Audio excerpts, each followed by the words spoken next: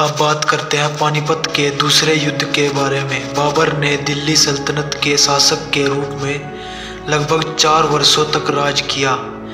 इसके अलावा भी बाबर ने कई युद्ध लड़े, जैसे 16 मार्च 1527 को खानवा का युद्ध, जो कि बाबर तथा वीर योद्धा राणा सांगा के बीच हुआ था।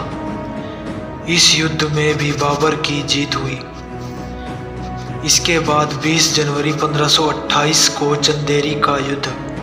बाबर की सेना में हाथी, तोपें और भारी हथियार थे, जिससे वह कोई भी युद्ध आसानी से जीत लेता था। यह युद्ध राजपूत शासक मेदिनी राय खंगार तथा बाबर के बीच हुआ था। अंत में इस युद्ध में भी बाबर की जीत हुई। इसके बाद इन्होंने 6 मई 1529 को अफगानों के साथ युद्ध किया और उन्हें पराजित किया, जिससे घग्गर का युद्ध कहा जाता है। अंत में 26 दिसंबर 1530 को बाबर की मृत्यु हो गई और इसके बाद इनके पुत्र हुमायूं राजगद्दी पर बैठे। हुमायूं ने भी अपने जीवन काल में अधिक लड़ाइयाँ लड़ी। इन्होंने 1540 में शेरशाह सूरी के साथ युद्ध किया, जिसमें हुमायूं पराजित हुआ। शेरशाह ने एक समय के लिए हुमायूं को भारत से खदेड़ दिया। उसके बाद हुमायूं पाकिस्तान में जा छुपा और धीरे धीरे उन्होंने हुमायूं को पाकिस्तान से भी खदेड़ दिया। उसके बाद वह भारत को छोड़कर ईरान चला गया। ईरान के कुछ शासकों ने उसे पनाह दी और वहीं पर उसने अपनी सेना का निर्माण किया और 1555 में शेरशाह के अधिकारियों को हराकर एक बार फिर दिल्ली, आगरा पर अधिकार कर लिया तथा 1556 में भवन की सीढ़ियों से गिरने के कारण ही मृत्यु हो गई। इनकी मृत्यु के बाद इनका इकलौता वारिस इनका पुत्र अकबर था। जब पानीपत का दूसरा युद्ध हुआ तब अकबर की उम्र केवल 14 वर्ष थी।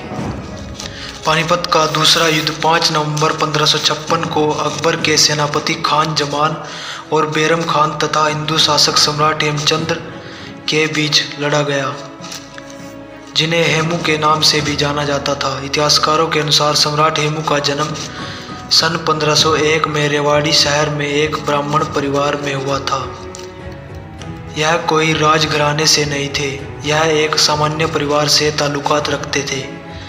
सबसे पहले यह एक व्यापारी के रूप में कार्य करते थे और वहीं पर इन्होंने बहुत कुछ सीखा।